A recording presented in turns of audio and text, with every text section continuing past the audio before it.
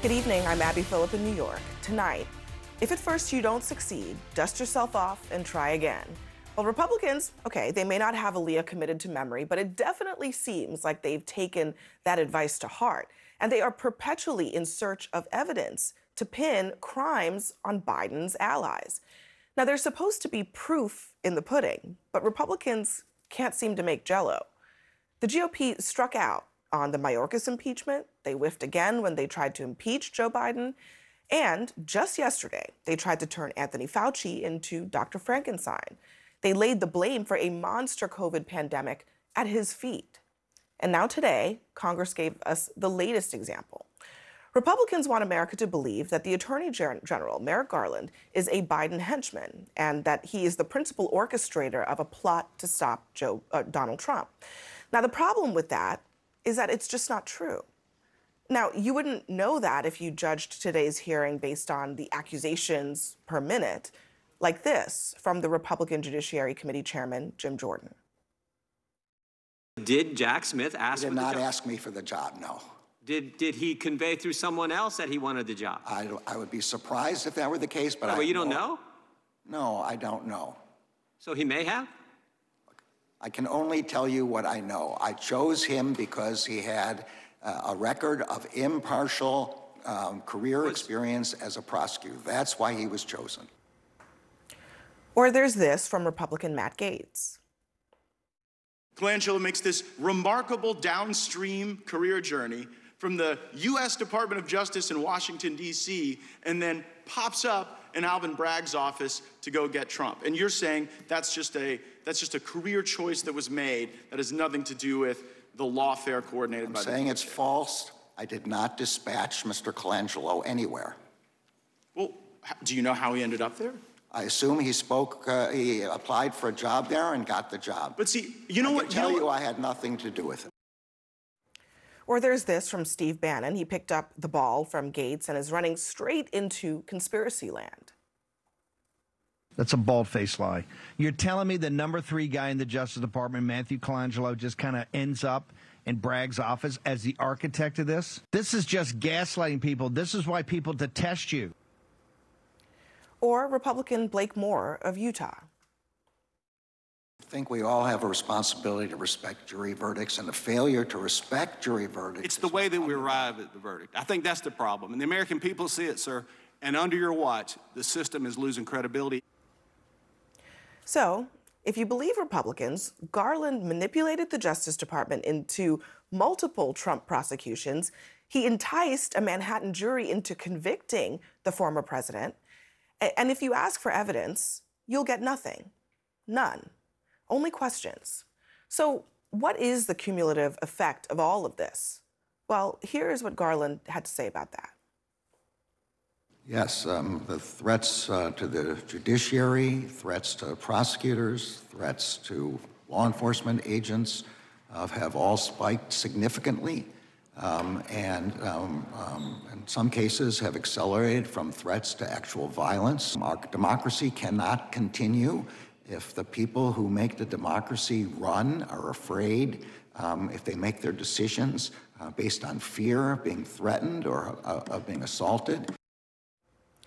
So, how do Republicans respond to that sobering warning? Well, now they're saying they're going to shut the government down. I always think that should be on the table. I think we should constrain dollars to force change. Joining me now, Miles Taylor. He's the former chief of staff to the Homeland Security Secretary Kirstjen Nielsen.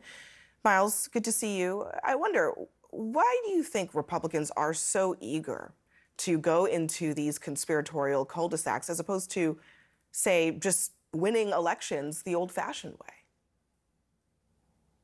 Well, Abby, I think the simple answer is it seems like political convenience, attack the sitting administration, go after the president's key lieutenants. But that political convenience, I think the worry is, could turn into public chaos. And Merrick Garland pointed this out in his opening statement. And that's what was so remarkable about this hearing is his opening statement was primarily about those threats to law enforcement and to judges and to civil servants. Those are the non-political appointees in the Justice Department. And he said those threats were coming from conspiracy theories. They were coming from misinformation. They were coming from these politically convenient statements that are being used to paint a picture on the Justice Department that is inaccurate. And then remarkably, in that hearing, as you showed, Abby, they then went into more of those conspiracy theories. And I want to just quickly put some numbers to that for you.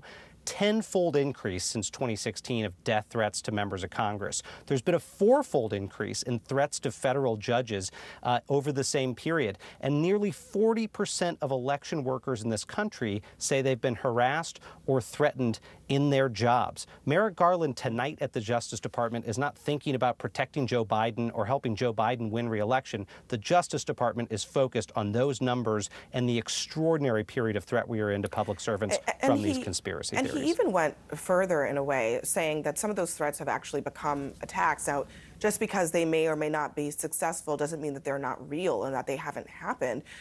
Do you think that most of the Republican Party actually believes this stuff? I mean, it takes quite a conspiracy to think that the entire universe, from the federal government all the way down to the Manhattan DA, is controlled by one man who is also, according to Republicans, senile.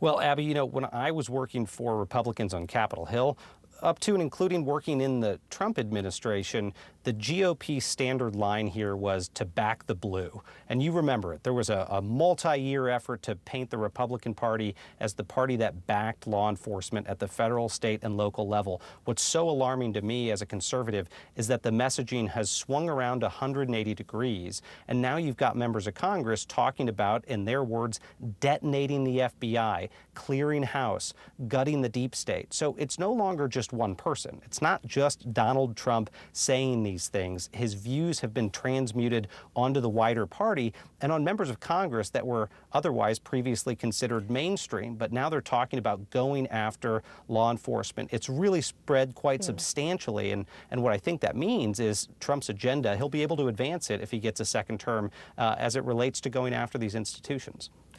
Trump has continued to float this idea that if he's elected or re-elected president, that he's going to go after Democrats. He did it again tonight in an interview, saying that he's going to seek basically vengeful prosecutions. Do you expect that that is going to be on the agenda if he's re-elected?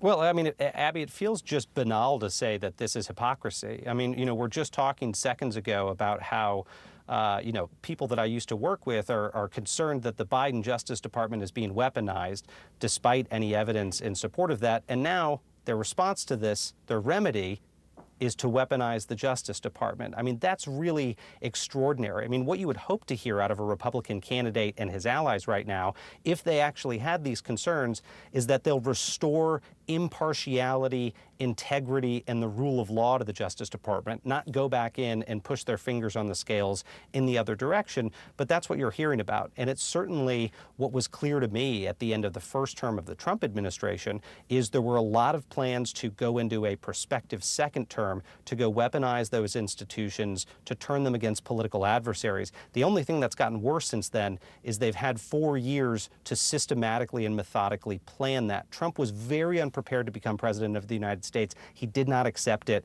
or he did not expect it, and now they've had a lot of time to prepare to go after those institutions and political rivals in the meantime. And the warnings that we've heard from former officials like yourself and many others is they all believe that there will be fewer people to stand in the way, one of the principal reasons why some of this did not work in the first Trump administration.